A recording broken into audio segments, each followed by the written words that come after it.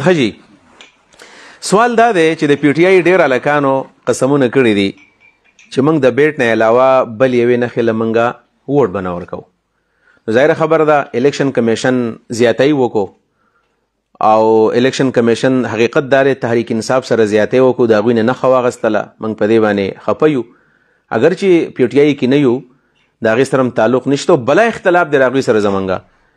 خو داسې ظلم نه دی په کار چې سیاسي پارټي ده او هغوی حکومت کړی دی، د هغوی وزیر اعظم راغلی دی، د هغوی ممبران راغلي دي او د هغوی نه نښه اخیستل، نو دا ظلم دی، زیاتی دی. خو د دې ورکرز دا قسم کړی دی چې د بیټ نه علاوه موږ به یو نښې له ووټ نه ورکوو. نو سوال یې دا کړی دی چې اوس خو د هغوی نه د بیټ نښه واخیستې شوله او اوس د چا یو نښه ده، د چا بله نښه ده، د چا بله نښه ده.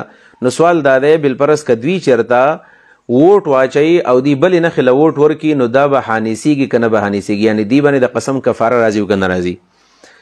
د دې مسلې وضاحت دا دی چې په دې باب کې دوه مسلې دي. یو مسله دا ده چې که چېرته د بیټ نه علاوه بلې نښې له دوی ووټ ورکو، خو د دې نښې نه مطلب ده چې بلې پارټۍ له ووټ ورکو. دی د پی ټی آی ورکر دی او هغه دا قسم کړی دی چې د بیټ نه علاوه به زه یوې نښې له ووټ نه ورکوم، که ورمې کو نو زه به داسې یم، قسم وکړي. او که ده اوس دا ووټ بلې پارټۍ له ورکو، بلې پارټۍ له ورکو، نو دا یقینا په دې قسم کې حانث دی او په ده باندې قسم کفاره بیا راځي.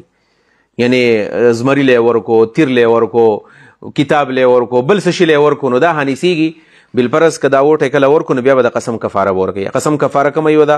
لس غریبانو له خوراک ورکول دي، سبا بیګا 3 روژې نیول دي، غلام ازادول دي. دا د قسم کفاره ده سورة البقره کې، سورة المائده کې. او یا 10 غریبان له جامې اخیستل دي، دې ته قسم کفاره وایي.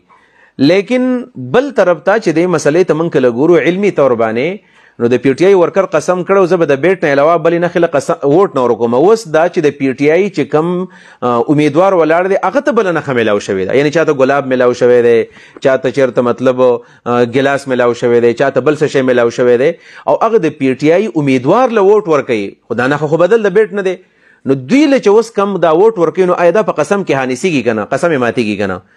دې په باره کې ما ته چې کومه مسله د خپل علم په رڼا کې ښکاره کېږي، شاید که زه خطا یم، نور علماو سره هم تاسو رابطې وکئ، خو زموږ په دې اصول فقه کې یو مسله ده چې حقیقت په 3 قسمه ده. یو ته حقیقت مستعمله وي، یو ته مهجوره وي، او یو ته متعذره وي.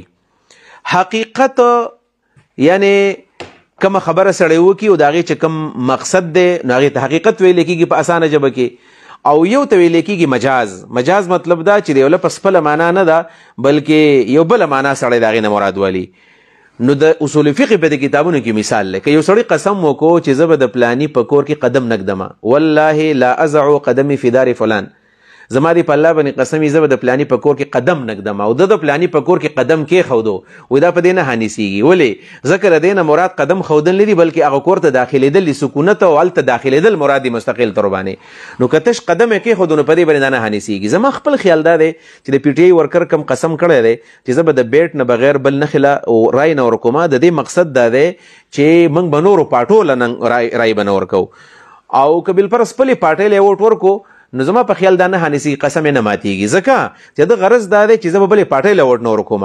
دلته د حقیقت مهجور دی، یو زما خپل تحقیق دا دی. البته که یو ورکر دی هغه قسم داسې کړی دی چې د بیټ نه بغیر که هره نښه ده، که هغه زموږ دی او خپل دی او که پردی نه به ورکوم، نو بالکل دا بیا حانثېږي. بیا چې کم امیدوار لکه هغه انار دی او که هغه ګلاب دی او که سر یې ووټه وله ورکو، دا بیا حانثېږي. دا چونکې شرعي مسایل دي، زموږ عام وروڼه په جذباتو کې راشي کله ښځې طلاقوي، که دا کار مې وکړو خو ښځه به راباندې طلاقوي او دا قسم دی او دا دی، او دا مسلې ورته ګپ شپ ښکاره کېږي. او دا بعضې مولیان صاحبان هم لګېدلي دي ووټ کې دین نشته دی، اسلام پکې نشته او شریعت پکې نشته دی، او دا د دنیا شی دی او دا امانت هم نه دی او حفاظت هم نه دی او فلان هم نه دی او فلان هم نه دی.